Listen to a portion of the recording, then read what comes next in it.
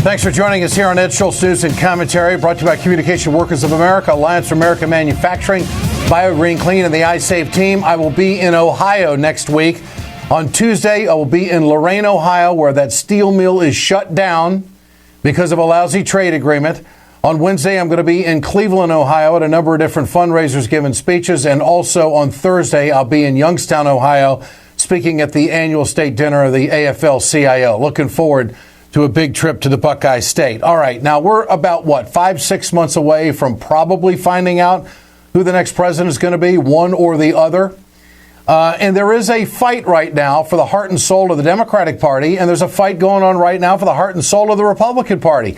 In the big picture, this is bigger news for the Republicans than it is just Boehner just stepping down and saying that I've had enough. Now we're going to see the Tea Party either flex their muscles or not be as strong as they think they are. And there's going to be, there's a real chance that the right wing could go even further right because of all of this. And it's going to intensify the debate in the 11th hour when it comes to defunding Planned Parenthood and possibly having another government shutdown, which could cost us $25 billion again. For more on that, let's turn to Terry O'Neill, President, National Organization of Women. Terry, good to have you with us. Hey, Ed, it's great to talk with you again. What does this Boehner resignation mean in this fight to make sure that Planned Parenthood isn't nicked in this fight over funding the government and the shutdown? Honestly, Ed, to me, from the perspective of women, John Boehner's resignation is yet one more example of his absolutely atrocious leadership that he has shown. He has repeatedly caved in to ultra-right-wing, anti-woman, misogynistic legislators. He's got a lot of them in the House of Representatives, and he has shown no leadership to overcome that. What that means long-term for the Republican Party is that they have lost the votes of a majority of women. They will not have the millennial women's vote for generations.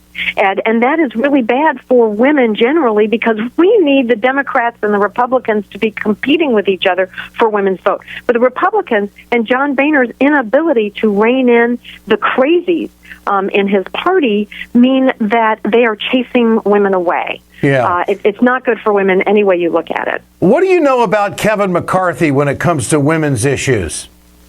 What I don't know about Kevin McCarthy is whether he has ever exhibited any leadership desperately need right now. My sense of his votes is that he has towed the party line on being anti-woman. Look, yeah. We've got a number of votes that have been taken in the House of Representatives to block women from birth control. We know that unintended pregnancy is deadly. It is correlated with higher rates of infant mortality and maternal mortality. Also, unintended pregnancy is a key risk factor for domestic violence, homicide. Notwithstanding these facts, you've got Republicans trying to stop women from accessing birth control. In other words, promoting policies that kill women.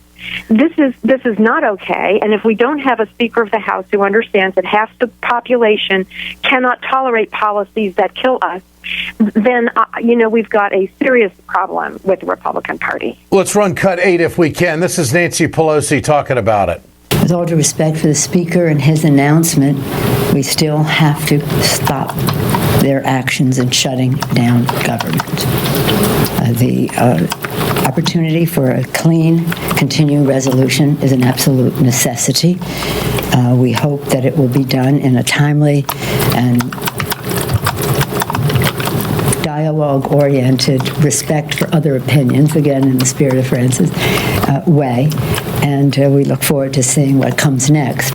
So, Terry O'Neill, what's going to happen on Monday? Mitch McConnell's holding a procedural vote that would fund Planned Parenthood and avert a shutdown. And now with the House the way it is, who knows which way he's going to go on this. Your thoughts on how this is going to unfold?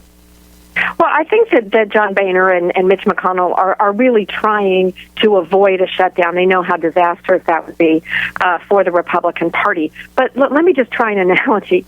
You and I don't get huge kudos when we wake up in the morning and decide not to commit a murder or not to commit an armed robbery. Nobody pats us on the back and says, great job. I am not patting these Republican leaders on the back and saying, great job, just because they don't have a government shutdown.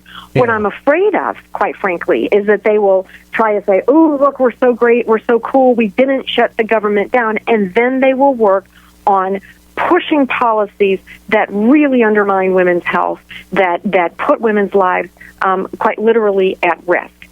That is nothing to be proud of, and that is what I really am afraid that's the direction they're going to go, and they're going to expect people to pat them on the back for it. Well, not me. Terry O'Neill, always great to visit. Thanks so much for your time on Ed Schultz News and Commentary. We'll do it again. Thank you. Thank you, Ed. You bet. Terry O'Neill with us, President of the National Organization of Women.